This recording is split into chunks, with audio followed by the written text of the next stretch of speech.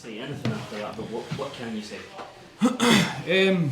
I've just said the same thing to the last two reporters. I could sit here and make numerous excuses for the game today, but that's all they would be. I think it's extremely, it's angry, it makes me angry, it's frustrating, it's all of the above. Everybody knows how the games went today. If it's not for the red card, I firmly believe you go on and win the game. Again, that's an excuse, because after that we still need to be better. There's not long left in the game, and these big moments, poor decision making or a lack of desire at times to make sure we're on the receiving end and make sure we get out of that game with at least a point once it goes to 2-2. And every time we've been asked a question at the moment, we're coming up short, and also being punished for every individual error that we're making at the moment. For the equaliser and the winner, is your goalkeeper at fault for it? As I've not watched them back in great detail at the moment, just because it's very raw for me at the moment. I think without having seen them back properly, you'll know the second one he should stay on his line. I think that's again though, the decision to come off his line is to try, he does it for the right reasons, he's coming to try and affect the game.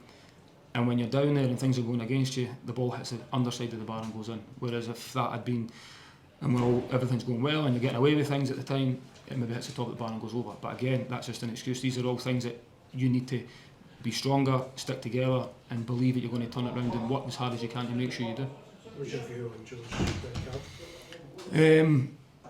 Listen, it's similar to last week in terms of, I think the first one was very soft, I don't think there's any contact at all.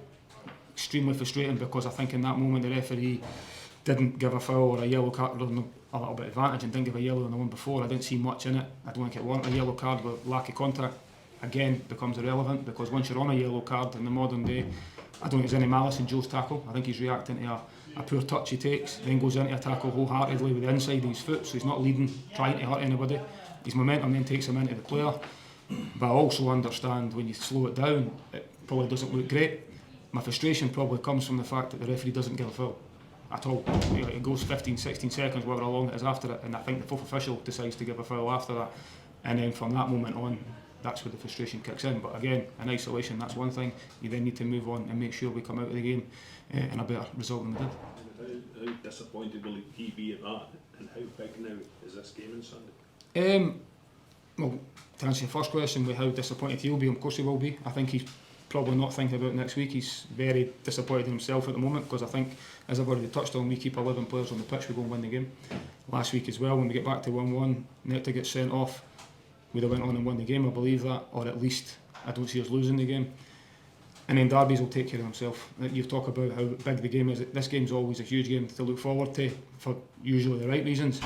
Doesn't matter who we're playing next, we're in a situation where we need to get points and we need to get them quickly, and I know that's my responsibility to make sure we do that.